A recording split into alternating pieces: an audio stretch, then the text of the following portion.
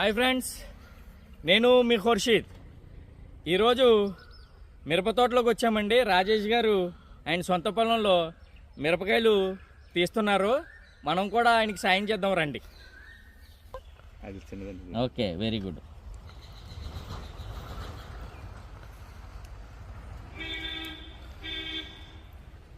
Friends, ఇలాగా ఒక్కొక్క చెట్లోంచి search చేసి పెద్ద ఏదైతే అయ్యిందో అవి తీసి ఒక దాంట్లో వేసి రేపు పొద్దున్న మార్కెట్కి తీసుకెళ్తారన్నమాట అండి. ఇదిగోండి, ఇక్కడ ఉన్నాయి చూసారా.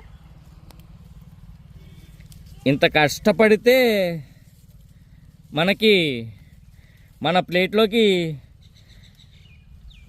ఆహారంగా మారి వస్తున్నాయన్నమాట అండి ఇవి.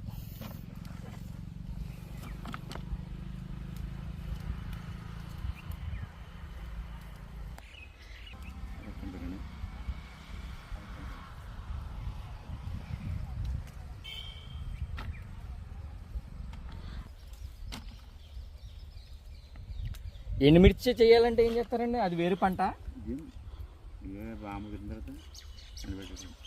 ఇది మనం కోసిన తర్వాత ఎండబెడతారా? ఎండుమిర్చి చేయాలన్నా కూడా అవునండి.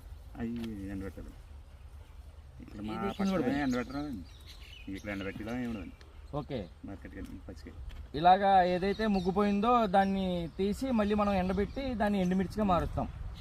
అది ఫ్రెండ్స్.